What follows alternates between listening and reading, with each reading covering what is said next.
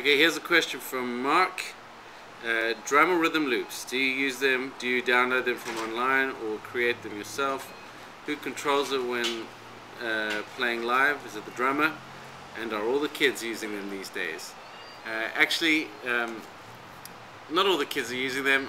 They were kind of super cool actually, late 80s and then kind of late 90s, but they're not that neat. I used some on the last record, and I just got Aaron, our drummer, for the record to play them. So it was like an organic sounding loop. I like that. The loop worked for the verses and the choruses, and that's basically how I like to use loops. I try not to use them unless they're in an up-tempo song, and then that can be really fun.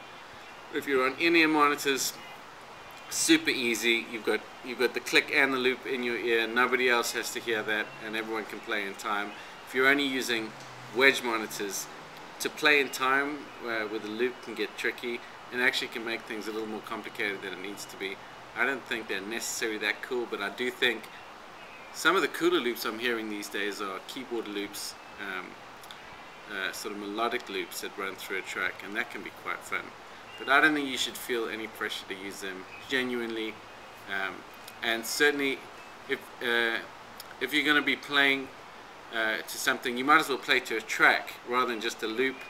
And then of course your limitation is that the song has to be a certain length, but that can, for an up-tempo song, that's not a big deal. So if you're playing with a click, normally what we do is we split the track into two parts.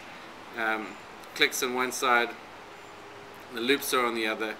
The keyboard parts, whatever parts you're filling in, your 400 voice choir, and if you can hear the click and you know where you are in the track, you can, the possibilities are endless. But my advice is, don't feel like you have to do it. Just make music with the people you have, and if it seems like this would be really nice, then go for it.